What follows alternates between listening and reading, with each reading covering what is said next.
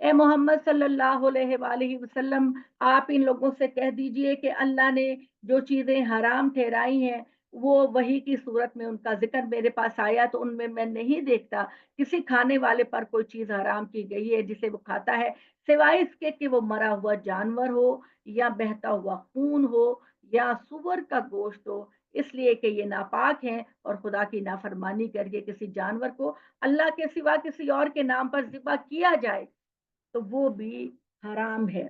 اللہ کے سوا کسی اور کے دیوی دیوتا کے نام پر مزاروں پر جا کر دیگیں چڑھانا اور ان کے نام پر دیگیں چڑھانا یہ بالکل غلط۔ ابھی میں پرسوں ایک جگہ افطاری پہ تھی، حیرت کی بات یہ ہے کہ اتنے ہمارے پڑھے لکھے لوگ ہوتے ہیں مگر ان کا جو شعور ہے دین کے بارے میں وہ بہت کم ہوتا ہی نہیں ہے۔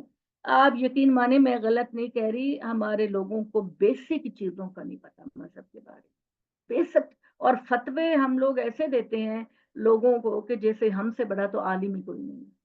تو یہ جو چیز ہے یہ ہمیں اپنا رویہ بدلنا ہے۔ تو وہ آپس میں وہاں پر ایک ہمارے ایک مذہب جو ہمارے ہاں ہے شیعہ حضرات کا، اور ایک خاتون دوسری یعنی سنی تھی یا کیا تھی وہ ان سے بات کر رہی تھی کہ وہاں پر جو نظر مانی جاتی ہے اس کے کیا کیا طریقے ہیں۔ میں یہ آپ سے کہوں کہ نظر ہو، قربانی ہو، صدقہ اور خیرات ہو، جو کچھ بھی ہو وہ بس اللہ ہی کے نام پر آپ دے سکتے، اللہ ہی کے نام پر وہ چیز آپ کی قبول ہوگی۔ کسی اور کے نام پر جب آپ دیں گے تو نہ صرف قبول نہیں ہوگی بلکہ الٹا آپ کو گناہ ہوگا۔ اللہ تعالیٰ اس اپنی وحدانیت کے بارے میں اللہ تعالیٰ بہت زیادہ اللہ کو کنسرن ہے۔ تو آپ ان سے کہہ دیجئے کہ خدا کی نافرمانی کر کے کسی جانور کو اللہ کے سوا کسی اور کے نام پر ذبح کیا گیا ہو تو وہ بھی حرام ہے۔ اس پر جو بھی مجبور ہو جائے، نہ چاہنے والا ہو نہ حد سے بڑھنے والا، تو تیرا پروردگار بخشنے والا ہے، اس کی شفقت ہمیشہ اپنے بندوں پر رہتی ہے۔ یہ چار چیزیں اللہ نے کہا کہ حرام ہے۔ اب ان حرام چیزوں میں سے اگر کوئی، کیونکہ اسلام جو ہے وہ قیامت تک کا مذہب، کسی دور میں بھی کوئی ایسی صورتحال پیش آ سکتی ہے کہ آپ کو ان حرام چیزوں میں سے مجبوراً کچھ کھانا پڑ رہا ہے، تو اللہ تعالیٰ کہتے ہیں کہ ٹھیک ہے میں تم کو اجازت دیتا ہوں، مگر تم اس میں گناہ کا احساس سمجھتے ہوئے اور اس کو بڑی رغبت کے ساتھ نہ کھانا، بس اتنا ہی دینا جتنی کہ تم کو اس کی ضرورت ہے، ادروائز یہ چیزیں اللہ کو پسند نہیں۔ اور اس کے بعد اللہ تعالیٰ نے کہا کہ یہ البتہ ٹھیک ہے کہ جن لوگوں نے یہودیت اختیار کی ان پر ہم نے سب ناخن والے جانوروں کو حرام کر دیا تھا۔ ہاں جی، یعنی وہ جانور جن کے پاؤں چیرے ہوئے نہیں ہوتے بلکہ سم کی صورت میں بند ہوتے ہیں اور ان کے سامنے کے حصے پر لمبے لمبے ناخن ہوتے ہیں۔ چنانچہ تورات میں اونٹ، صافان اور خرگوش کی حرمت کا ذکر اسی بنا پر ہوا کہ ان کے اوپر وہ بھی حرام تھے، سوائے جو ان کی پیٹھ یا انتڑیوں سے لگی ہوئی کسی ہڈی سے ہو جائے۔ یہ ہم نے ان کی سرکشی کی ان کو سزا دی۔ اللہ تعالیٰ کہتے ہیں کہ یہ حضرت یعقوب علیہ السلام چونکہ اونٹ نہیں کھاتے تھے تو انہوں نے پورے اونٹ کے اعضاء کو حرام کر دیا، تو اللہ تعالیٰ نے کہا کہ ٹھیک ہے تم سرکشی میں اللہ کی حلال چیزوں کو حرام کرتے ہو تو چلو ٹھیک ہے پھر میں بھی تم پہ پابندی لگاتا ہوں۔ تو اللہ تعالیٰ کہتے ہیں کہ یہ البتہ ٹھیک ہے کہ جن لوگوں نے یہودیت اختیار کی ان پر ہم نے سب ناخن والے جانور حرام کر دیے تھے، وہ گائے اور بکری کی چربی بھی حرام کر دی تھی سوائے ان کے جو ان کی پیٹھ یا انتڑیوں پر لگی ہوتی یا کسی ہڈی سے لگی ہوتی، یہ ہم نے ان کی سرکشی کی سزا ان کو دی تھی، اور ہم بالکل سچے ہیں۔ اور اس کے بعد بھی اگر وہ تمہیں جھٹلائیں تو کہہ دو کہ تمہارے پروردگار کی رحمت میں بڑی وسعت ہے، لیکن اس کے ساتھ یہ بھی حقیقت ہے کہ اس کی دی ہوئی مہلت ختم ہو گئی تو مجرم لوگوں سے پھر اللہ کے عذاب کو کوئی نہیں ٹال سکتا۔ اس کے جواب میں یہ مشرک اب کہیں گے اگر اللہ چاہتا تو نہ ہم شرک کرتے، نہ ہمارے باپ دادا، نہ ہم کسی چیز کو حرام ٹھہراتے۔ ان لوگوں نے بھی اسی طرح جھٹلایا جو ان سے پہلے گزر چکے تھے، یہاں تک کہ انہوں نے ہمارے عذاب کا مزہ چکھ لیا۔ ان سے پوچھو تمہارے پاس کوئی علم ہے کہ ہمارے سامنے آ کر اس کو پیش کرو۔ حقیقت یہ ہے کہ تم اپنے ذہن میں مفروضے بناتے ہو اور نیری کی آسرائیاں کرتے ہو۔ ان سے کہو کہ اللہ کے پاس تو تمہارے لیے صرف حجت ہے پہنچنے والی، یعنی اللہ تعالیٰ نے جس اسکیم میں دنیا بنائی وہ امتحان کی طرز پر بنائے. یہ دنیا امتحان کی جگہ ہے. اللہ تعالیٰ کسی کو زبردستی اپنے دین پر نہیں چلاتے، دلیل سے بات کو واضح کرتے ہیں، اور اس کے باوجود اگر تم نافرمانی کرتے ہو تو پھر تمہیں اس کی سزا دی جائے گی. پھر یہ بھی سوچو کہ اگر یہ چاہتا تو تم سب کو ہدایت پر لے آتا، کبھی شرک اور گمراہی میں نہ ڈالتا. ان سے کہو لاؤ اپنے گواہ جو علم و عقل کی بنیاد پر شہادت دیں کہ اللہ نے یہ چیزیں حرام ٹھہرائی ہے. پھر اگر وہ ڈھٹائی کے ساتھ جھوٹی شہادت کے لیے کھڑے ہو جائیں تو تم ان کے ساتھ یہ شہادت نہ دینا اور ان لوگوں کی خواہشوں کی پیروی نہ کرنا جنہوں نے ہماری آیتوں کو جھٹلایا، جو آخرت کو نہیں مانتے اور اپنے پروردگار کے شریک ٹھہراتے ہیں. سب سے بڑی بات جو اللہ کو ناپسند ہے وہ اللہ کے ساتھ کسی کو شریک کرنا، چاہے وہ کوئی نبی ہی کیوں نہ ہو، وہ کوئی رسول ہی کیوں نہ ہو، کوئی بڑے درجے کا انسان کیوں نہ ہو. سجدہ صرف اللہ کے لیے ہے، کسی اور کے لیے نہیں. تو اللہ تعالیٰ نے کہا ان لوگوں کے ساتھ اے مسلمانوں تم گواہی نہ دینا اور ان لوگوں کی خواہشوں کی پیروی نہ کرنا جنہوں نے ہماری آیتوں کو جھٹلا دیا، یہ آخرت کو نہیں مانتے، اپنے پروردگار کے شریک ٹھہراتے ہیں. ان سے کہو آؤ میں تمہیں سناتا ہوں کہ تمہارے پروردگار نے تم پر کیا حرام کیا. یہ کسی چیز کو اس کا شریک نہ ٹھہراؤ. والدین کے ساتھ سلوک کرو اچھا، ان کے ساتھ کبھی برا رویہ اختیار نہ کرو. اپنی اولاد کو غربت کے ڈر سے قتل نہ کرو. ہم تم کو بھی روزی دیتے ہیں اور جب وہ تمہاری اولاد دنیا میں آئے گی تو ہم ان کو بھی روزی دیں گے. اور فحاشی کے قریب نہ جاؤ، یعنی زنا، بدکاری، اور یہ جو اس کو کہتے ہیں جو ہومو سیکسولیٹی ہوتی ہے مردوں کی طرف سے، اس کو لواتت کہتے ہیں. لواتت، لام واو الف توئے اور تے، لواتت. اب بات یہ ہے کہ لواتت کا لفظ جو ہے نا وہ لوت سے نکلا ہے، ٹھیک ہے نا. تو اس ایک تھوڑی سی آپ کو ایک بات کا آگاہی دینے لگی ہوں کہ مردوں کے ساتھ جو بدفعلی کرتے تھے یا کرتے ہیں، انگریزی میں تو اس کو جو بھی کہتے ہیں، لیکن اردو میں ہم لوگوں نے اس کا نام لواتت رکھ دیا ہے کیونکہ وہ تعلق رکھتی ہے حضرت لوط کی قوم سے.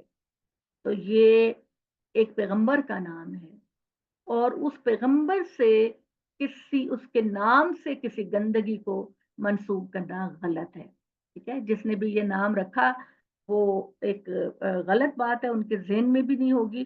تو ہماری جو کتابیں ہوتی ہیں اس میں اس فعل کے لیے لفظ استعمال ہوتا ہے لواتت. تو یہ لفظ استعمال نہیں کرنا چاہیے. اس کا مطلب یہ ہے کہ حضرت لوط کی طرف، ان کی قوم کی طرف نسبت ہوتی ہے. تو اتنے گندے کام کو ایک پیغمبر کے نام کے ساتھ منسوب کرنا جو ہے وہ جائز نہیں ہے. تو اللہ تعالیٰ کہتے ہیں کہ یہ ساری باتیں ہیں جو اللہ تعالیٰ نے تم کو دی تاکہ تم عقل کرو. یتیموں کے مال کے قریب بھی نہ جانا مگر صرف ان کی بہتری کا جو راستہ ہو اس کو اختیار کرو، یہاں تک کہ وہ بچے اپنی سمجھ بوجھ کی عمر کو پہنچ جائیں. وہ بچے جو ہیں وہ اپنی جسمانی اور ذہنی طور پر وہ بالغ ہو جائیں. اور ناپ تول کو پورا کرو اور جو ترازو ہے اس کو انصاف کے ساتھ رکھو. اور ہم نے انسان کے اوپر کوئی بھی بوجھ نہیں ڈالا مگر اتنا جتنی کہ وہ برداشت کر سکتا ہے. ٹھیک ہے، یہ دین سے ریلیٹڈ احکامات ہے. وَإِذَا قُلْتُمْ فَعْدِلُوا، جب بھی بات کرو عدل کی کرو. یہ بار بار اللہ کہہ رہے ہیں جب بھی کوئی بات کرو عدل اور انصاف کی کرو. یہ نہ کہو کہ یہ تو میری ماں کی بات ہے تو میں اس میں گڑبڑ کر دوں، تو یہ تو میرے بچے کے خلاف جاتی ہے تو میں اس کو بدل دوں. نہیں، اللہ تعالیٰ آپ کو قدم قدم پر آپ کی سیرت اور کردار کو آزماتا ہے. لہٰذا عدل کی بات کرو، انصاف کی بات کرو، چاہے وہ تمہارے خلاف ہی کیوں نہ جائے، تمہارے کسی قریبی عزیز کے خلاف کیوں نہ جائے. اور دیکھو اللہ کے ساتھ جو وعدے کرتے ہو اپنے ان وعدوں کو پورا. تم اس کو معمولی خیال کرتے ہو لیکن اللہ کے نزدیک یہ بہت بڑی بات ہے کہ تم وعدہ کرو اور پھر اس کو ضرور پورا کرو. اے لوگو، یہ وہ ساری نصیحت کی باتیں ہیں جو اللہ تم کو نصیحت کرتا ہے کہ تاکہ تم جو ہے یاد دہانی حاصل کرو کہ تم اللہ کے بندے ہو. اور اللہ جس طرح آپ لوگوں نے آج کل وہ کیمرے لگائے ہوتے ہیں نا اپنے گھروں میں، اپنے اداروں میں، کہ آپ وہ جو کیپچر کر رہے ہوتے ہیں کہ کون آیا کون گیا کیا ہوا. تو آپ کو پتا ہے کہ اللہ تعالیٰ کے بھی اسی طرح کا کوئی سسٹم اس کائنات کے اندر ہے. تو آپ اور ہم اللہ تعالیٰ کی نظروں سے ایک سیکنڈ کے لیے بھی اوجل نہیں ہوتے. تو اللہ کہتا ہے یہ میرا سیدھا سیدھا راستہ ہے، اس کی پیروی کرو اور ان راستوں کی پیروی نہ کرو جو گمراہ لوگوں کا ہے، ایسا ہوا تو تم اپنے راستے سے بھٹک جاؤ گے۔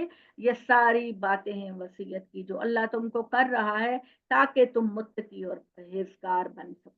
تم آتینا موسی الکتاب تماما، پھر ہم نے ابراہیم کا دین، اس کے بعد پھر ہم نے موسیٰ کو کتاب عطا فرمائی۔ یہ جتنا انٹروڈکشن ہے، یہ جتنے بیسک احکامات ہیں، یہ ہم نے ابراہیم کو بھی دیے تھے، اور یہی احکامات ابراہیم کی اولاد میں بھی آئے، لیکن اس کے بعد ہم نے موسیٰ کو کتاب عطا فرمائی اور اپنی نعمت پوری کرنے کے لیے جس نے خوبی اختیار کی، دین و شریعت سے متعلق ہر چیز کی تفصیل اور ہدایت و رحمت بنا کر ہم نے اس کتاب کو بھیجا، یعنی تورات کو، اس لیے کہ لوگ اپنے پروردگار کی ملاقات پر ایمان لائیں۔ اور اب یہ کتاب ہے جو ہم نے اتاری ہے، خیر و برکت والی کتاب، سو اس کی پیروی کرو اور خدا سے ڈرتے رہو تاکہ تم پر رحمت جائے۔ اس لیے اتارا یہ قرآن، مبادہ تم کہو کتاب تو ہم سے پہلے کے 2 گروہوں پر اتاری گئی اور ہم اس کے پڑھنے پڑھانے سے بالکل بے خبر۔ پہلے کے 2 گروہ کون ہیں؟ کون ہیں 2؟ جی کوئی بتائے گا کون سے ہیں 2 گروہ؟ چلیں جلدی، ہم ٹائم ویسٹ نہیں کرتے۔ یہود اور نصارہ۔ یہود اور نصارہ یہ 2 قومیں بن گئی تھی، بنی اسرائیل 2 حصوں میں ڈیوائیڈ ہو گئے تھے، ایک وہ لوگ جو حضرت عیسیٰ پر ایمان لے کر آئے، ایک وہ لوگ جو حضرت عیسیٰ پر ایمان نہیں لے کر آئے، یعنی یہودی۔ تو اللہ تعالیٰ نے ان کے اوپر بھی کتابیں نازل کی۔ تو اللہ تعالیٰ کہتا ہے کہ میں نے قرآن کو تم پر اے مسلمانوں اس لیے نازل کیا کہ خدا تم پر رحم کرے اور قیامت کے دن تم اللہ سے شکوہ کرو کہ یا اللہ تو نے اپنی کتاب تورات اور انجیل جو ہے وہ اس ہم سے پہلے 2 گروہوں پر نازل کی، ہمیں کیا پتا؟ اللہ تعالیٰ تو ہمارے لیے بھی کوئی کتاب نازل کرتا، اور ہم تو اس کے جو چیزیں ہیں، جو اس کے احکامات ہیں، اللہ تعالیٰ ہم اس سے غافل تھے۔ یا تم کہو کہ اگر ہمارے اوپر بھی اللہ کی طرف سے کوئی کتاب ہوتی تو ہم ان سے زیادہ ہدایت پر ہوں۔ اب یہ کون کہہ رہے؟ یہ مکہ کے لوگ، نبی صلی اللہ علیہ وسلم کی قوم کہہ رہی ہے۔ اللہ کہتے ہیں میں نے قرآن مجید تم پر نازل کیا تاکہ تم قیامت کے دن اللہ کے سامنے اعتراض نہ کر سکو کہ یا اللہ تو نے یہود و نصارہ پر کتابیں نازل کی، تو اگر ہم پر بھی کتاب نازل کرتا تو ہم ان سے زیادہ ہدایت پر ہوتے۔ تو اللہ تعالیٰ نے اپنے اس فرض کو ادا کر دیا۔ تو یہ تمہارے پاس اللہ تعالیٰ کی طرف سے کھلی احکامات آ گئے ہیں، قرآن مجید آ گیا ہے، اس میں ہدایت اور رحمت ہے۔ اس شخص سے بڑھ کر ظالم کون ہوگا جو اللہ کی آیتوں کو جھٹلائے گا اور اللہ کے اور اس سے ہدایت سے منہ موڑے گا؟ جو لوگ ہمارے آیتوں سے منہ موڑ رہے ہیں انہیں اس جبرو گردانی کی پاداش میں ہم ان قریب بڑی سخت سزا دیں گے۔ ٹھیک ہے، اللہ تعالیٰ کہتے ہیں کہ یہ قرآن اب تمہارے پاس آ گیا، اور آپ کو پتا ہم لوگ کتنے معصوم ہیں۔ معصوم ذرا میں تھوڑا طنزیہ انداز میں کہہ رہی ہوں۔ ہم لوگ کہتے ہیں نہیں ہم دین کو نہیں سیکھتے، عمل کرنا پڑ جائے گا۔ ہم دین کو نہیں سیکھتے، عمل کرنا پڑ جائے گا۔ ان کو یہ نہیں پتا کہ یہ کتنی غلط بات ہے۔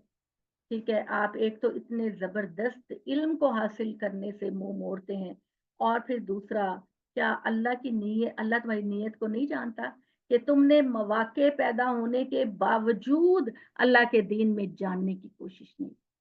مواقع آئے تمہارے پاس، آج کل کے دور میں ہر انسان کے لیے موقع ہے، کیونکہ ہدایت کی طلب اللہ نے ہر انسان میں رکھی ہے، چاہے وہ کسی بھی قوم کا ہو۔